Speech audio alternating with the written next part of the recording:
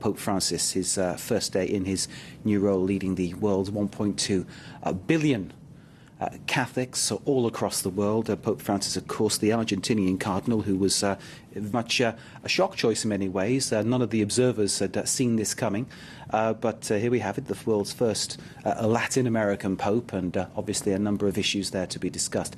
Let's bring in Kishore Jayabalan of the Acton Institute joining us from Rome. The Acton Institute is a think tank on religion and on liberty.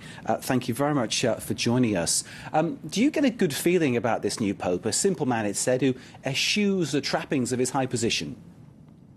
Yes, as you said, it's quite a surprise to most of us here in Rome, because we had been expecting, there were a few other candidates that people had been mentioning quite often, and Cardinal Bergoglio was not one of them. So when Pope Francis was introduced to us last night, it was quite a surprise, but his humility and his simplicity came through right away.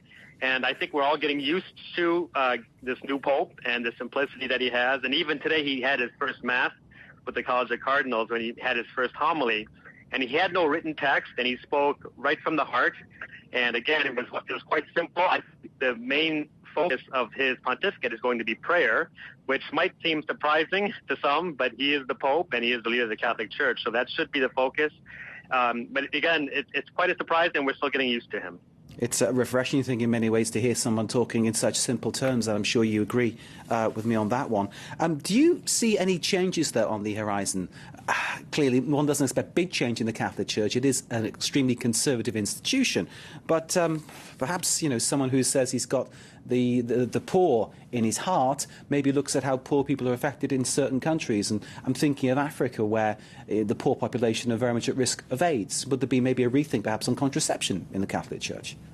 I don't think that will happen. He's not going to change church doctrine. He's known to be quite orthodox in his theology. A pope, there are certain things that a pope cannot change, because his job is to transmit the faith that has been handed down to him over the last 2,000 years. So I wouldn't expect big changes in terms of like social policy.